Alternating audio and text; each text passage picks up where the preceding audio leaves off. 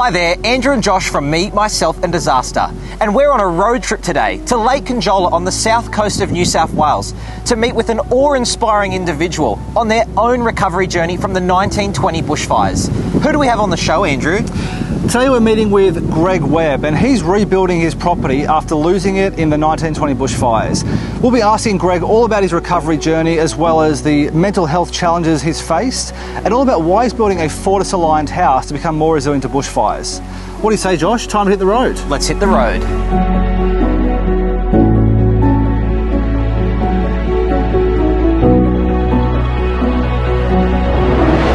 Has exploded on a scale never experienced in this state. Conditions are difficult and overwhelming.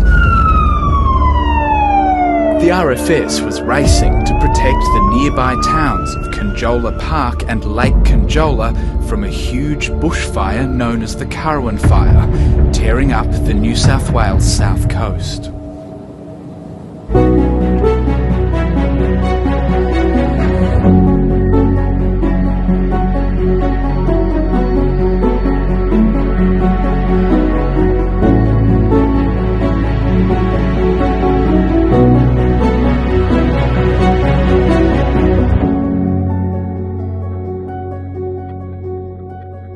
New Year's Eve, 10:30 on 31st of December, I was down in the office doing some invoicing, and my wife said to me, "Are you going to go across and finish that pergola down at Tabouri?" And I said, no, I'll be fine. I'm just going to watch the fires. I'm sure we'll be okay, but I'll just watch the fires and keep an eye on it. And 18 minutes later, all that whole bush was alight. I'm standing there with a garden hose. My whole life changed and flashed before me. It didn't seem very exciting at the time, a light flashing before me, but the came through here like an absolute torrent, it was like a galloping, fiery cavalry of noise and just disturbance. And in that 15 minutes, to go from sitting inside with a cup of coffee to being in full firefighting mode, it's just unbelievable. It makes my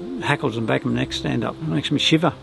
After the I couldn't stop the fire, and 2.5 hours later I walked away and then came back.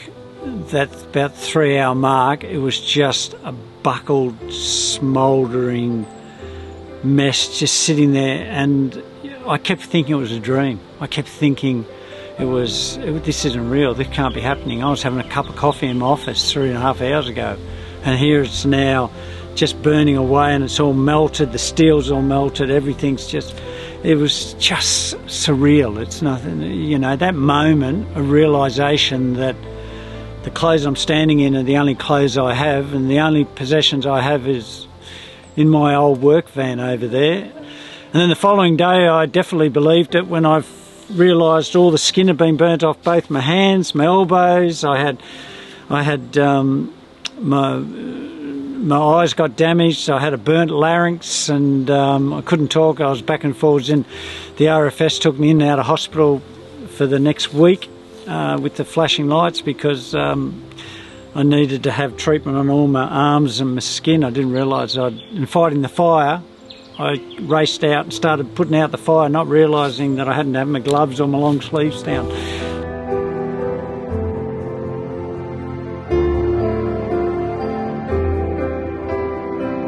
We came down here originally in 1964, 65, and there was a camping area just down on the lake here at Killarney, and my uncle bought a block of land up here, and that was the start of the build of this delightful little house that was in my uncle's family, then came into our family, and I grew up in it. My three siblings all grew up in it, and my wife and I procured it off the family some 30 years ago, and our boys have grown up in it, and we've now got 2 grandbabies that are going to grow up in the new house.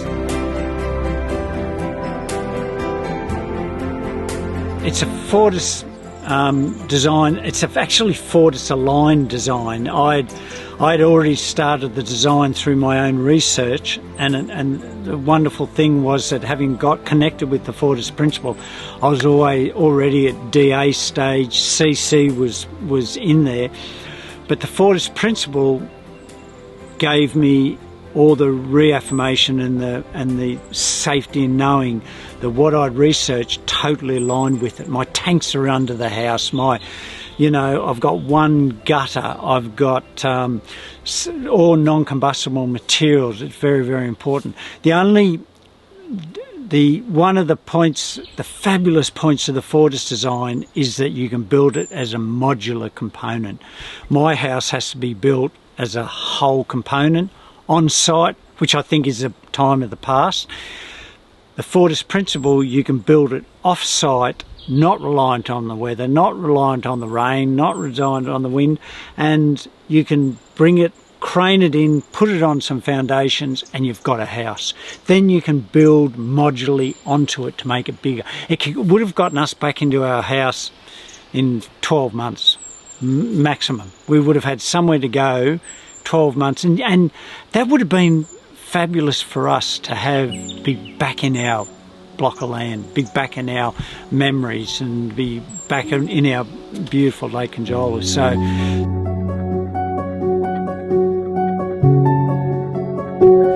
this is where we're standing. We're standing right here, and so you'll have the doors there. The entrance door is just here. Yep. Double leaf door, and then you'll just turn left and go bang.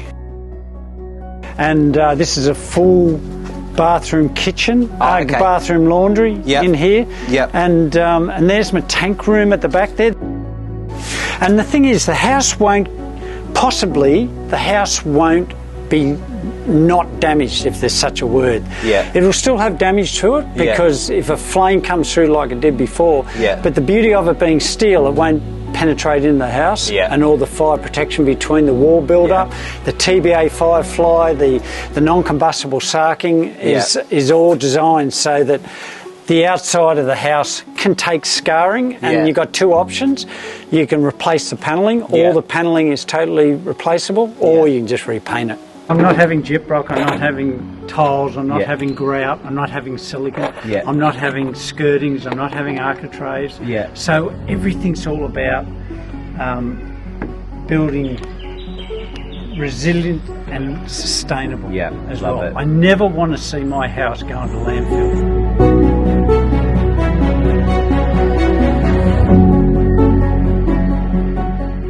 Where we were 3 years ago was just 3 to 4 years of drought and whatever, and 3 years from now that bush could be all alight again and be going through the same thing, and hopefully I'll be able to lock up, leave the site and go and help other people, or I might be too old that I can't help anyone.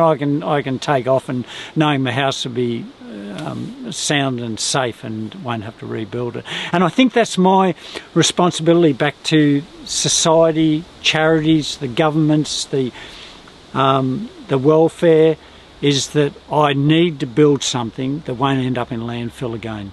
And we've had this conversation about my house or our house. When it comes time it's going to be torn down, I'd love to be here to be able to go through the process of deconstructing it, unbolting it, disconnecting it, recycling it, and it all goes back again into new products instead of ending up in landfill like the old house did. So, in terms of like you were saying, in terms of some points where it had been melted in and burnt. See, this is all. There's actually, you'll see a little rectangle in the concrete. That was where we had this lovely old Victorian hardwood blanket box at the end of the bed. There was a double bed here, and that melted there. And then over here,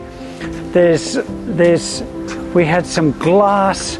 These round points. These are big glass vases that were tubular glasses, and my wife used to just have around the house in different spots, and we stored them down here. And over here is where a TV melted. Wow. There was a TV here, so I'm going to keep all these. These are all a story. I'm going to gurney it all, and I'm going to. You'll see all these marks, and it'll have a full two-pot levelling compound, clear levelling compound over the whole lot. It'll be very high gloss. The journey I've had from losing everything, the mourning process, the grieving, the 12 months of mental anguish that I've actually learnt to actually accept now, is all based around the fact that the sort of person I am is I've got to question everything moving forward, and it's given me the opportunity to rebuild it, and thankfully I'm able to. One, because I have to, because it's costing so much money. I've got to build it myself. I can't afford to build it. But the exciting thing for me is that I've now, and I didn't make up this phrase, I sat in on a workshop a couple of months ago of post-traumatic growth, where I'm going through this exciting process of new materials, new products, evolving processes, and it's just the icing on the cake for me. It's and I often say to people at the moment, they go, "Oh, how are you going with the house?" I said, "I'm loving it. I'm going through this post-traumatic growth now. I wouldn't really like to be doing it for somebody else at my age, but for me personally." And my boys sit and watch, and my family, and people can see how much enjoyment I'm getting from it. It's quite an eclectic situation to be in. It's quite different to the people who have suffered the loss and haven't had the experience. But I'm very lucky to be able to move things around and have that post-traumatic growth that I call it. And it's what keeps me going. It's a reaffirmation. It's what keeps me going. It's what I go, keep thinking about that growth, Webby, what you're doing. You're using new materials and using new products, I said, it's bloody exciting. I get very excited.